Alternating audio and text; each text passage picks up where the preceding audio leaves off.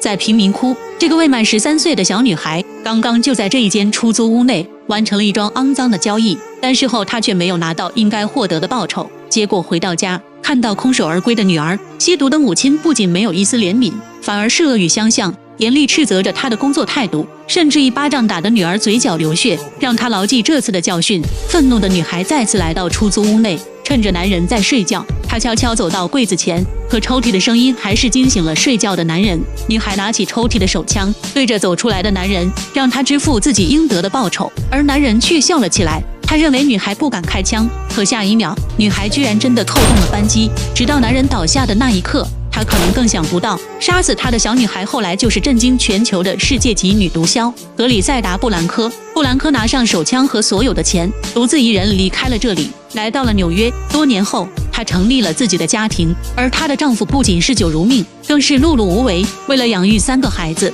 布兰科只能在家制造假证，维持生计。这天，刚刚被丈夫家暴的布兰科终于忍无可忍，直接一个酒瓶彻底结果了丈夫。从此，她也正式踏上了那条嗜血的不归路。之后，她认识了第2任丈夫，是一个在当地做毒枭生意的。她深知贩卖毒品行业非常赚钱，很快她就利用丈夫的关系融入进了当地的毒圈组织，再加上她敏锐的眼光和独特的想法，她大肆招揽着当地的名模靓女，开创了首例人体藏毒的走私方式，利用他们的美貌将毒品运往发达城市。为了更大规模的开拓毒品市场，她在老家哥伦比亚办起了工厂，并亲自带队设计起可以藏毒的内衣。后来她又发现老年残疾人可以免过安检的特殊条例，于是专门挑选流浪街头的老人，让他们用身体进行境外运输。随着生意越做越大，财富也越积越多，每天都要搬2大箱现金上楼。很快警察这边也收到消息，他们袭击了布兰科制作毒品的窝点，而他并没有在现场。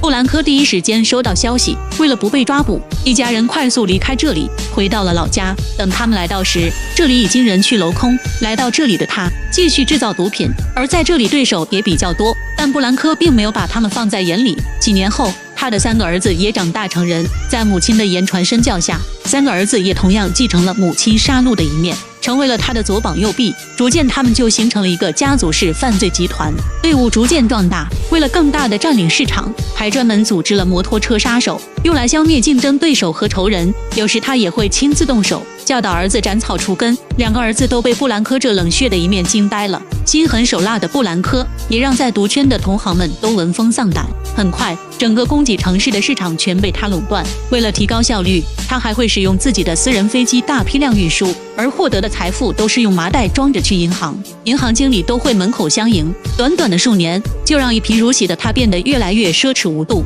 拥有着数之不尽的金银珠宝。布兰科不仅对待外人残暴，面对在外面沾花惹草的丈夫，她也是显得格外冷血。就这样，第2任丈夫被她无情的射杀，随后还不慌不忙地看着镜子中的自己，整理着衣裙。半年后，不甘寂寞的布兰科又结识了第3任丈夫，并且有了第4个儿子，一家人也拥有着短暂的幸福。但随着小儿子的逐渐长大，布兰科和新丈夫的矛盾也渐渐出现。小儿子生日这天，3个儿子将装有10弹的镀金手枪送给了年幼的小儿子，而丈夫对这些教育非常不满，但布兰科却不以为然。愤怒的丈夫开枪打烂了电视，可最后被布兰科赶出了家门。丈夫知道这样的家庭环境会让儿子最终也没有好下场，于是他策划了一场绑架案，趁机带走了自己的小儿子，而且还暗中向警方提供了大量布兰科家族的犯罪证据。同时，爱子后的布兰科变得更加疯狂，他发动了所有手下开始寻找，不惜重金雇佣了整个黑帮势力，势必要夺回他的小儿子。